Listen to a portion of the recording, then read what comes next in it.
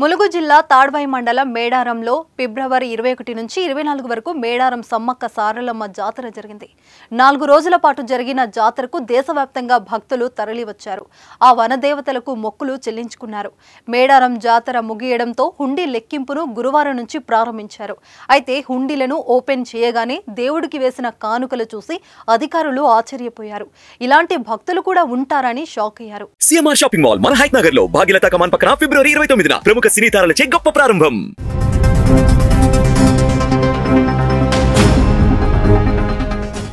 దేవుని దర్శించుకుని భక్తులు హుండీలో కానుకలను వేస్తుంటారు. ఎవరికి తోచిన విధంగా వారు కానుకలను సమర్పిస్తారు. కొందరు డబ్బు రూపంలో సమర్పిస్తే మరికొందరు బంగారం, వెండి, చెక్కులు వంటి రూపంలో చెల్లిస్తారు. అయితే కొందరు భక్తులు మాత్రం దేవుడి దగ్గర కూడా తుంటరి పనులు చేయడం విస్మయానికి గురిచేస్తుంది. మేడారం జాతరలో మొత్తం 518 హుండీలు ఏర్పాటు చేయగా భక్తుల కానుకలతో హుండీలన్నీ నిండిపోయాయి. సమ్మక్క సారలమ్మలకు భక్తులు పెద్ద ఎత్తున బంగారం, నగదును సమర్పించుకున్నారు. భారీ భద్రత నడుమ దేవాదాయ శాఖ అధికారుల పర్యవేక్షణలో హుండీ లెక్కింపును గురువారం నుంచి ప్రారంభించారు. అయితే మొదట ఓపెన్ చేసిన హుండీలో అంబేద్కర్ ఫోటోతో ముద్రించిన నకిలీ కరెన్సీ చూసి సిబ్బంది ఒక్కసారిగా అవాక్కయ్యారు.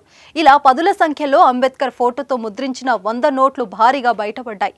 ఇప్పటి వరకు 20కి పైగా నకిలీ కరెన్సీని గుర్తించి వాటిని పక్కన పెట్టారు అధికారులు.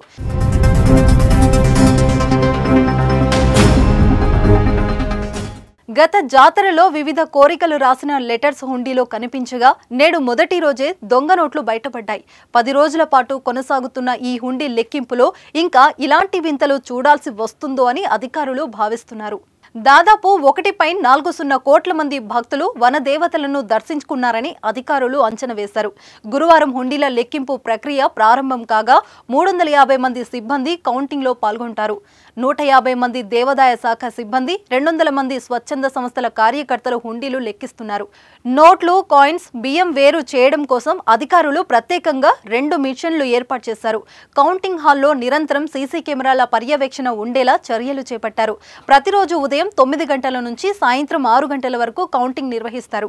ఏ రోజుకు ఆ రోజు లెక్కించిన ఆదాయాన్ని బ్యాంకులో జమ చేస్తారు. గతంలో కంటే ఈసారి ఆదాయం భారీగా పెరిగే అవకాశం ఉంది.